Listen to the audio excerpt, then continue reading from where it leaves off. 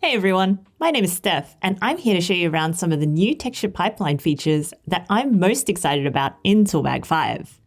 In this video, I'll be going over the UDIM baking and texturing pipeline, using vector layers, sync points, how to set up and use Carve Groups, the clone stamp tool, and I'll also go over the newly added Groom Support and the updated UI. Join me while I demonstrate these features as I texture parts of this amazing model by Rodrigo Branco. We have a lot to cover, so let's get cracking. The first thing that you'll notice right off the bat is that the overall UI looks really crisp. It's gotten a massive art update, perfect for high DPI monitors and different scale settings. At the top left, you'll find 3 different render modes to toggle through, so you no longer have to go into your render scene object to change them. The first one here is your rasterized renderer. This is the default renderer that everyone knows and loves. Very game engine-like. The one on the right is the ray trace renderer, and in the middle, we have our brand new hybrid renderer. The hybrid renderer balances the interactability of the raster renderer with the image quality of the ray trace renderer. So definitely play with it as it splits each of the various lighting passes out so that they can be independently denoised. You're able to fine-tune each one over here in the render settings. I'm going to switch back to the ray trace render mode for the moment and show off our new Groom rendering support. If you have Groom data that you've been wanting to render in Toolbag, get your splines ready. You can now render your Groom data in the scene, bake out hair planes, and show off awesome high detailed hair and fur. Let me just import an Alembic file containing our Groom data. Yep, here's our ABC Groom data, and I'll just hit open like so. As you can see, it will come in nice and shiny, with its own material in the material panel.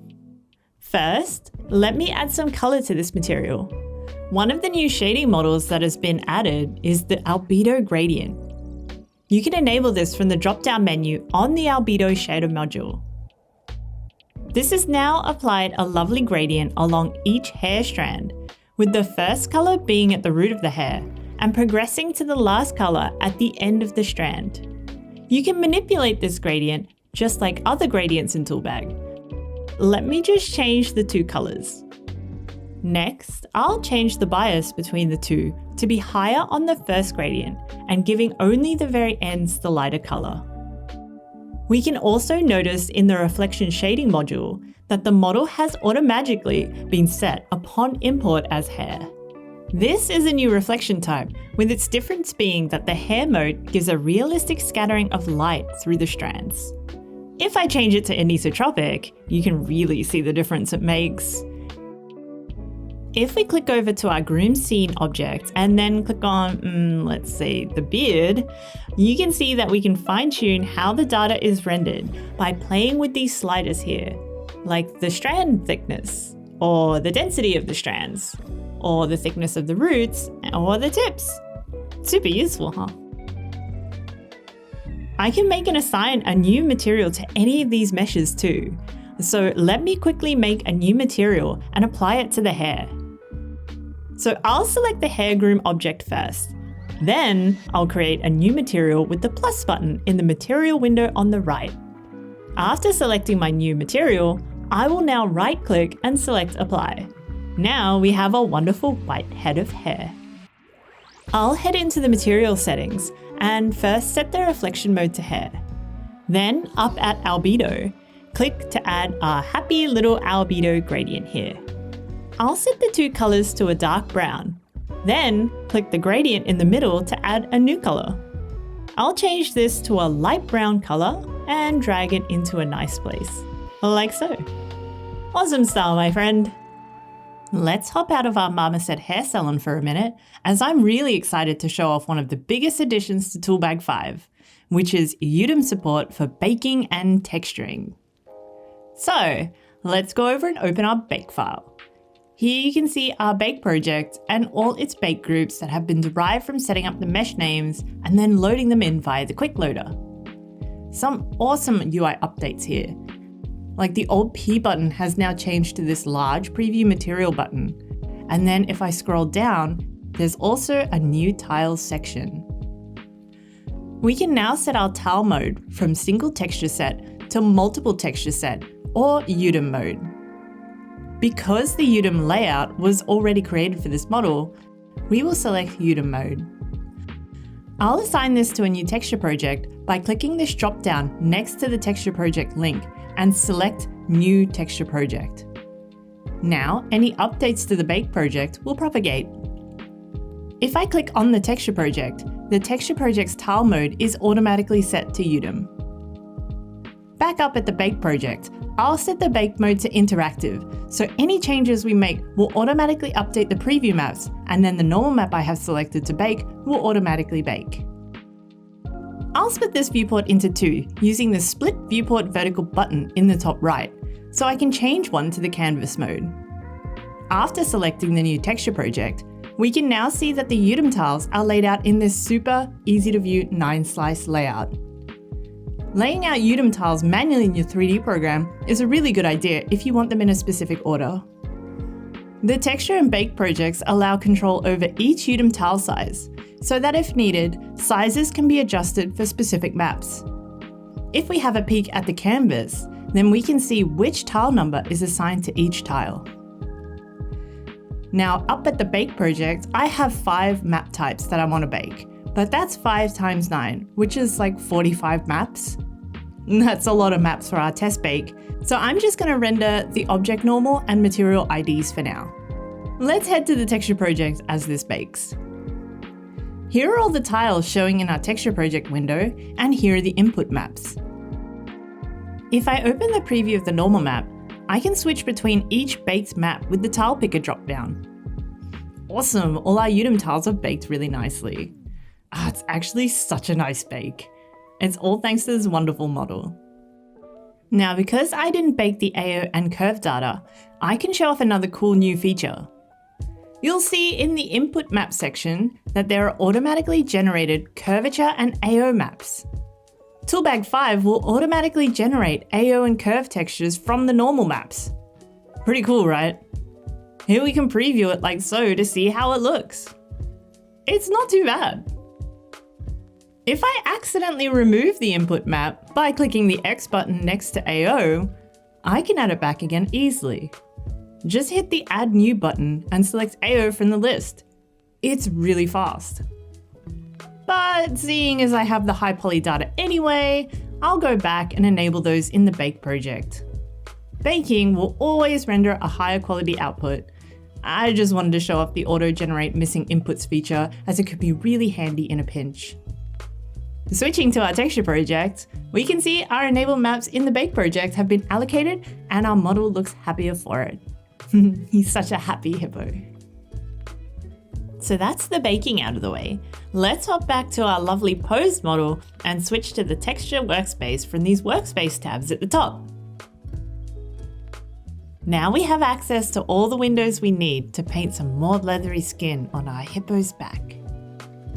Since I'm only working on the hippo, let's go in and hide some of the meshes covering them. It's easy as to just toggle the visibility of the meshes by hitting the I button next to each one. Now with only the hippo visible, I don't need to have all these other texture project layers visible too, so I'll turn off the rider and cargo while we're working.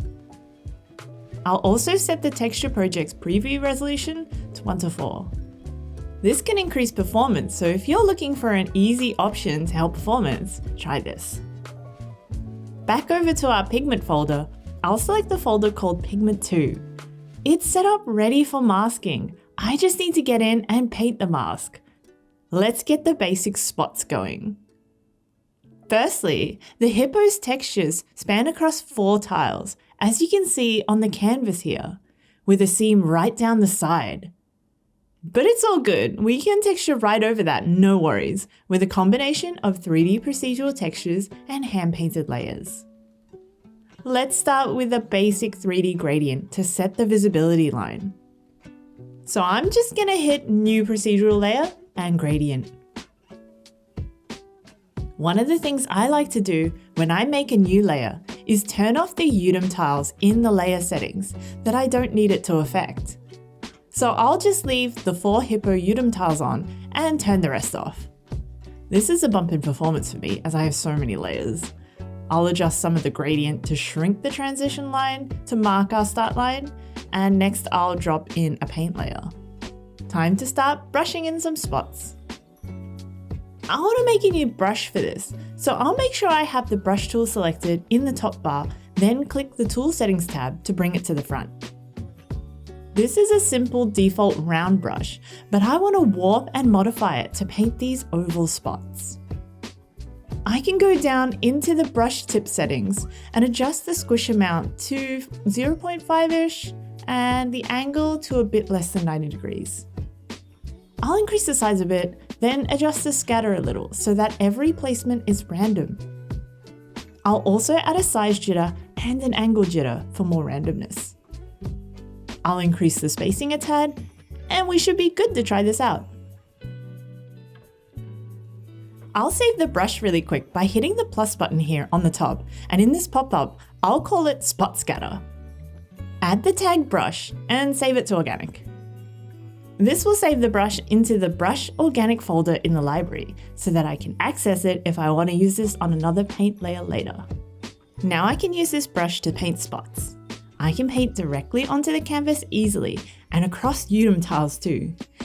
The tangent brush mode really helps with that. There we go, right over that seam here. I'll continue to add spots all around the body.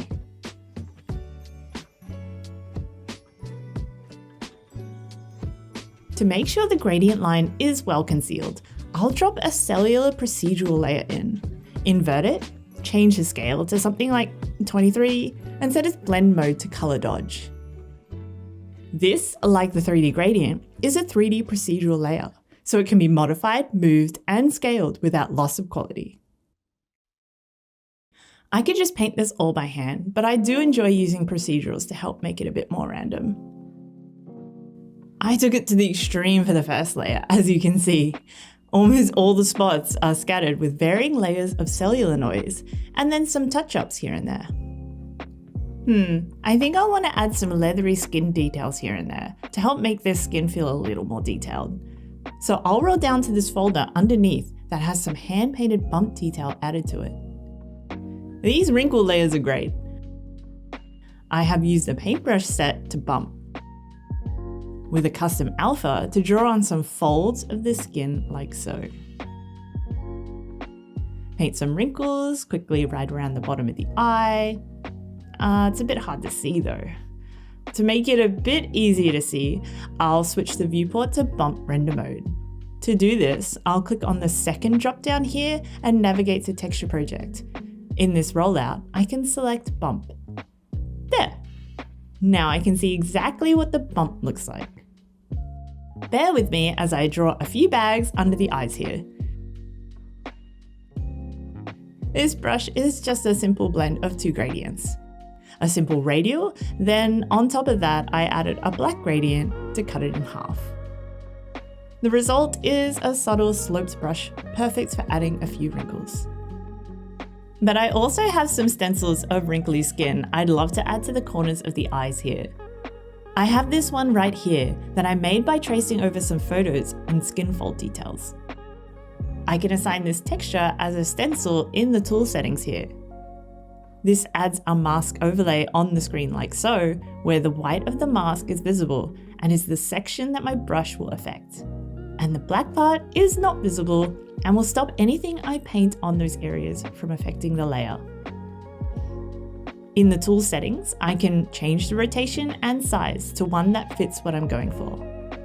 I'll turn off wrapping while I'm here so I can focus on the one I need in the middle. Now that I have my stencil in a place that I like, I can just use my brush set to a low bump value and a low opacity to gradually paint in some of the recessed areas. This looks good. Now for the other eye. I just need to rotate around to the other side, then orient the stencil and paint away like so. I can then disable the stencil and go back in with my bags brush to paint in some puffy parts too. That should do it. Okay, so now I'll unhide the meshes so I can find something else to paint. Ooh, this saddle blanket could use some details added to the bottom. And just our luck, I happen to have some brushes here in the library. Let's add some details. I'll grab this carpet layer and pull it out of the cargo folder for simplicity, and then hide all the other folders in the texture project, and the meshes other than the blanket, to isolate the blanket on its own. It's a lot easier than hiding and unhiding, that's for sure. There, so let's add a new paint layer and go into our library at the bottom here to find a new brush. This stitch brush should work okay. Double-clicking on it with the brush tool selected will equip it like so. If I head to the tool settings, I can see that directionality is turned on, which means that the brush's sprite texture will rotate itself according to the direction vector between the last brush placement and the next. Perfect. So I can just draw a brush stroke right away. But let's say I wanted to try out a different stitch. I'd have to equip a new brush and redraw the stitches all over again. This isn't efficient, eh? So you know what I could use? The new vector layer tools. To get a good idea on vector tools, let me go over the important components as I fill in this patch on the blanket here. First, I'll start creating a new vector layer using this button right here in the layer window. Now, if you're familiar with spline tools, pen tools, or Bezier curves from other applications, you'll find common ground here in vector layers.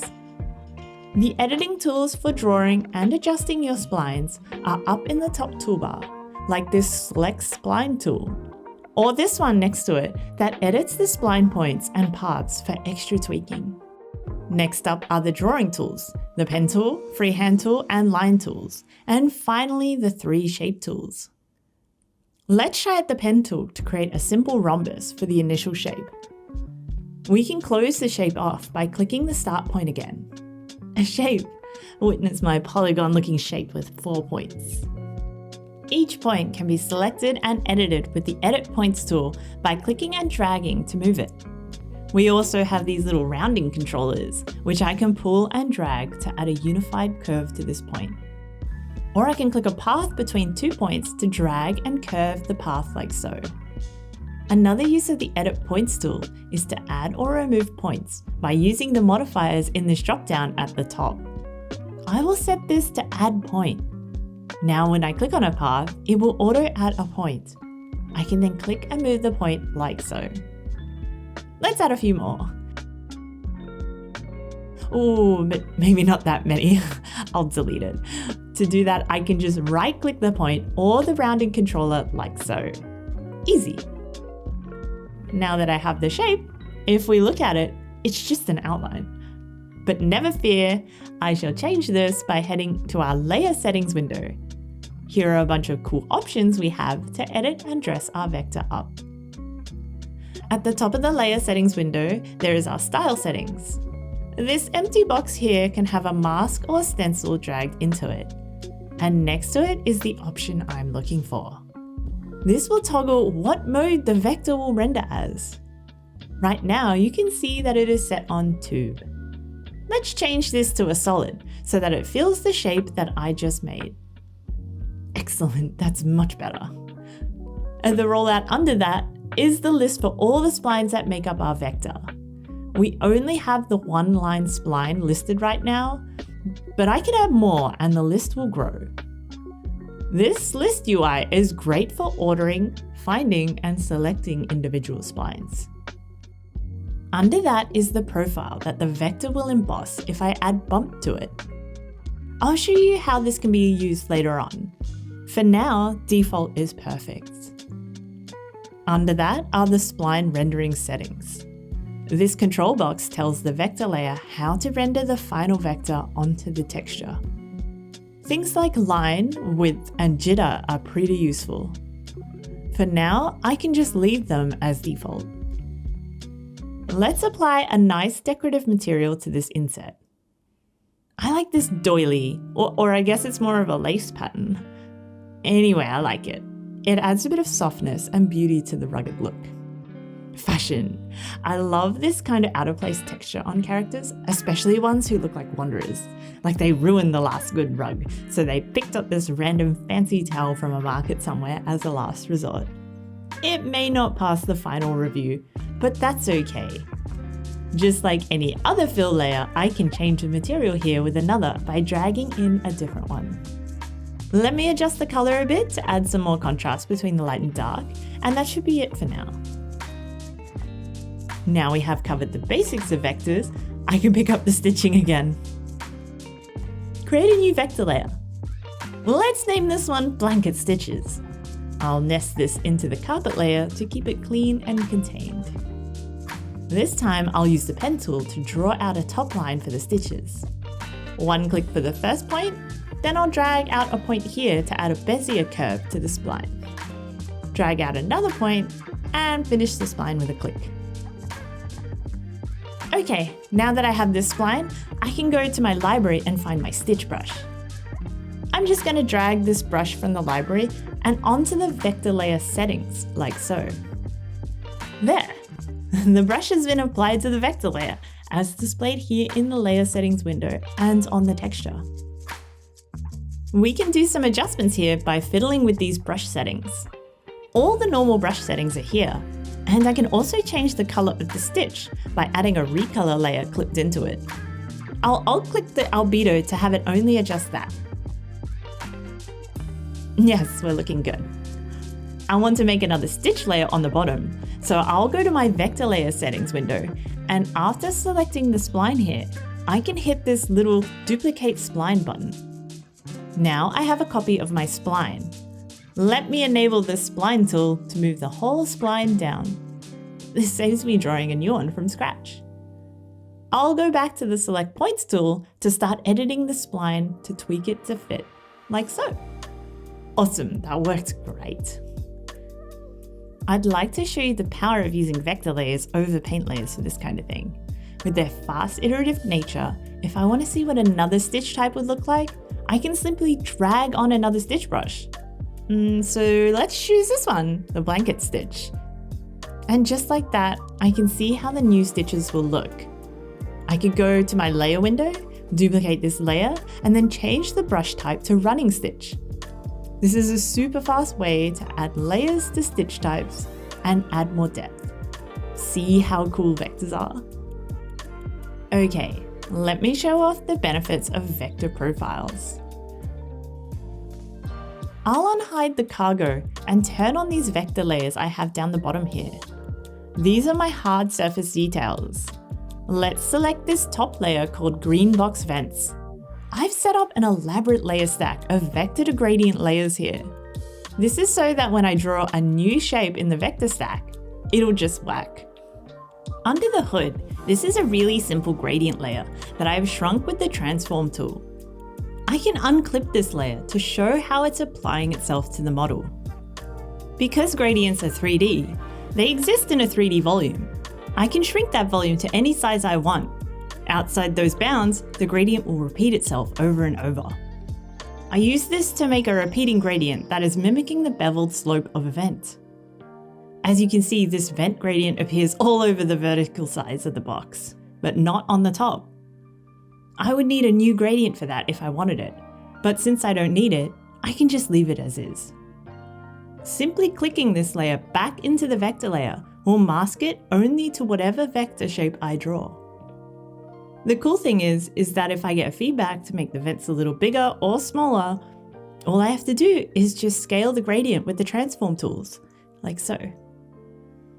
Let me add another vent to the back of this crate. I'll use the rectangle shape tool to draw in a rectangle. See, it's basically all set up with the vents. Now I want to curve the corners, so I can easily make a uniform curve by selecting both points here, either by shift clicking the points or click dragging over them. Then by pulling the roundness controller handle here, I can draw out one smooth curved corner. So let's have a look at the way vector profiles work and how they can change the way a vector is rendered. I'm going to turn off the gradient map to focus on the bump and displacement detail of the shape I just drew. The only two active maps I have enabled are displacement and bump. The bump is set to a value a bit less than 0.5 to recess it in, and the same with the displacement. Pretty straightforward so far. Here is where the profile can make it look cool. If I head back to my vector layer settings and open up the profile dropdown, you can see all of these profile options that I can apply to change the way that the bump and height interact at the edges. Let me change this from a convex profile like so to one of the concave profiles. I can click through them and show the way that it changes the appearance of the hard surface details. I like this one here, so I'll leave it on this. I'll just pop over to the material tab quickly, and now I can select the cargo box material. This is the one I have enabled the height-based parallax on. If I toggle this off, you should be able to see a small difference in the detail that it gives. I can crank it to absurd levels to really show off what it's doing. It's not changing the mesh at all. It's using the shader to warp the UVs based on camera angle and height data. A classic trick, but definitely one to enable when adding really deep and intricate hard surface details for renders in Toolbag. Okay, back to the texture project. Let's add a few more details above the vent with some of those slanted holes. I'll click the box holes layer again. See, the spline list is full of the holes I've drawn in before. I don't need to worry about them too much. I can just head over to the line tool and draw in some vent holes. I've used the tube render mode on these and am now able to adjust the thickness of all the holes like so.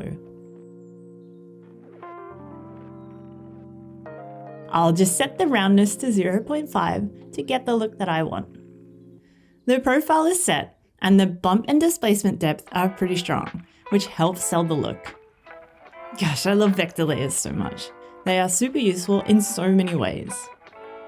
Now let's really get the most out of them by showing how sync points can help apply layer data to the input map data. Adding a sync point layer means your layers can now contribute to the height, curvature, and AO maps used in the processor layers and smart masks that use them. To add a sync point, look at the bottom of the layer panel to find this bullseye icon. If you press it, you shall have a sync point appear as a new layer in your stack, like so. Let's click on this layer and show the maps it has generated. You can see it now has AO, curve, and height data from all the layers under it. If I add a simple fill layer and drop a smart mask from the library here, the smart mask will now pick up all the new data the sync point has generated. See how handy this is? The really neat thing is that it will pick up the normal and bump from materials under it too. For example, the hippo skin material and all those wrinkles I painted on earlier are now affecting the curvature layers above it. Let's see what happens if I mess with the layers under the sync point. If I turn off the box holes layer here, the maps won't automatically update. This is also shown in the layer stack as the bullseye becomes hollow, indicating that the sync point is no longer up to date. Clicking the circle will then update the data and it will go back to looking like a bullseye again. This means that the sync point textures have been updated. Let's turn the box holes layer back on and then update the data again like so. All updated. Now I can delete this debug layer because the next feature I'm going to show off will really highlight the sync data I've just created. That feature is Carve Groups. Carve Groups are a new group type that is super useful for layering materials on each other. Each layer corresponds to a value band in a linear grayscale map. Then when a mask is applied, each matching value band reveals the layer that corresponds with it. Let me show you how this works in practice by texturing this cargo crate that we added details to earlier. Here is my green paint folder. Inside, I have two layers, a metal material and my paint material.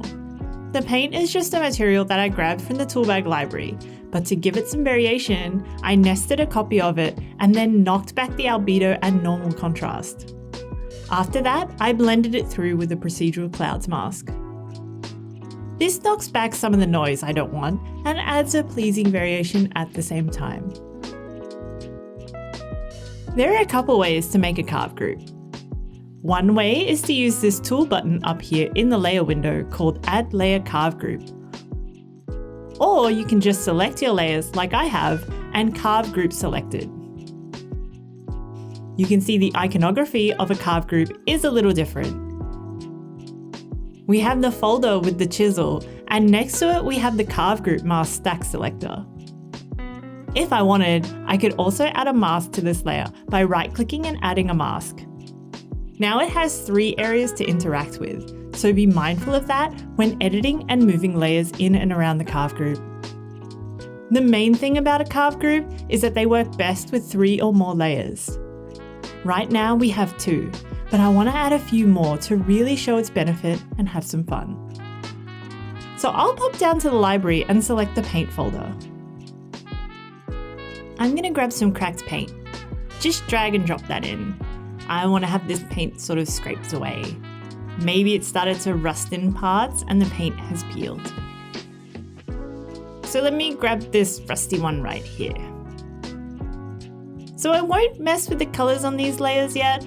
I want to change the paint to a similar green later on, but for visibility's sake and for debugging, it really helps to have them as separate colors. Let's dive into the value band mapping by clicking the carve group itself and going to the layer settings. You can see this vertical gradient here is our mapping interface. I can use this to adjust how each layer gets assigned to sections of the gradient. I can do this by clicking and dragging these handles here, and I can change the midpoint as well. This doesn't show anything visually yet, as I'll need a mask to be able to show you the real magic of this tool. As it so happens, I have prepared one earlier. I'll just go back to the library and click on the Smart Masks folder here. There it is, the one I saved from earlier. I'm going to drag this Smart Mask right on top of the Carve Group mask box. Now you should instantly see a change in how the carve group is displaying on the texture. We can then go forth and fine-tune some adjustments to the value bands on our gradient. I want to make sure that the paint is sharply blended with the rust and metal under it, so I'm going to pull the midpoint of the gradient down. You can see how it sharpens that transition on the paint edge. Now, I don't want that much rust, so I'll turn the rust down by dragging the top range of the value band down. Perfect. Easy painted box. Now I can go in and adjust the materials. I'm going to set each layer's tiling to 4. Next, it's time to fix the cracked paint color. I'll tint the albedo by selecting this saved green swatch here. Perfect. Ooh, the paint kind of desaturates when it peels, huh? So I'll desaturate it and lighten it a bit as well. Next, I'll adjust the bump to give it a bubble effect. Just a tiny amount will do. Now, I just need to reduce the amount of paint there is, so I'll go back into the carve group gradient, take the top of the paint layer's value band and shrink it, meaning there should be lots more non-peeling paint, and most of the peeling will only happen around the edges of the rusted metal. Awesome, that should just about do it. Let me set up the carve group for the leather straps I have over here on the cargo. This leather folder is set up and ready to have a mask applied. Since I saved the smart mask of this leather trim here, I'll just go back into the library, click on Smart Masks to find my leather one and drag it on. Wow, okay, it looks like I need to adjust the layer order and the value bands. I've set up a mask so that the white in the mask is supposed to be the damaged parts and the black is clean leather. But I put the burlap on the bottom of the carve group layer stack by accident. That's why the burlap is everywhere. If I just drag the burlap layer to the top of the carve group's layer order, you should see it work in a much more natural way. This is looking much better. Now I can just adjust the value bands here in the carve group's gradient remap if I need it to look any different. I'll just tighten up these lower ones so only a few nicks really shine through. And the rest looks fairly clean. It's as simple as that. Using this, we can get some really cool smart masks and smart materials going for your Carve Groups. Another thing to play with is nesting Carve Groups within Carve Groups. To add more customization, each layer in a Carve Group can also have a layer mask on it. It's quite robust, flexible, and allows you to create some really interesting material interactions, which are very easy to alter and iterate on. I can just keep going on about Carve Groups, but there is one very important tool I have left to show off today, and that is the clone stamp tool. It's so awesome, and I'm super happy it's been added to Toolbag. If you're familiar with clone stamps from 2D software, then it should be really easy to pick up. I've unhidden the rider, so I can just show you the jacket he's got on. It's really snazzy. I'll zoom in at the top of the jacket where the shoulder seam is, as I can see a perfect use for the clone stamp tool. It's a little old school, but I'm sure we've all been there. Fixing pattern seams. Now the UVs for this model are so shiny. I was able to throw in this pinstripe fill layer here and align it with the UVs for a perfectly draped and flowing pinstripe pattern. It's just like how a real tailored jacket would look to be made. There's just a small problem up here where the UV is off a little from the fabric steam here on the texture. That's okay, topology is king, and now that we have the clone stamp tool, I can fix this in a jiffy. I'll start by adding a paint layer at the top and rename it Seam Fix. At the top of the toolbar is our lovely clone stamp tool. The two sheep clones. Okay, I'll click that and head to the tool settings. I can see here that the clone stamp will sample from all layers. This will also clone from all map types under it, so like metalness, bump, roughness, but I don't want to turn on the reset position. I'll just pick a new spot every time. Speaking of picking a spot, let's do that now. To set a clone point, hold down Control and left click somewhere on the model. I'll do that for this part of the shoulder here. A little crosshair will appear where our sample point is. Now, I will clone the pattern as best I can. As I brush, you should see the sample point crosshair moving along too. It will pick up what I paint as I'm painting, so I can't mess up. Easy, right? Now that I've finished brushing out the seam, have a look at how clean this looks. Of course, there are a bunch of different ways you can use the clone stamp tool. It's just seam fixing is up there as my #1 use for it for sure. And that's it. So here's the final finished character, completely baked, textured, and rendered in Toolbag 5. I really hope you enjoyed hanging out with me as I textured this model and showed some of the cool new features in Toolbag 5. Definitely check out the other tutorials we have on the Marmoset website to find out about other exciting features in Toolbag. Cheerio, friends!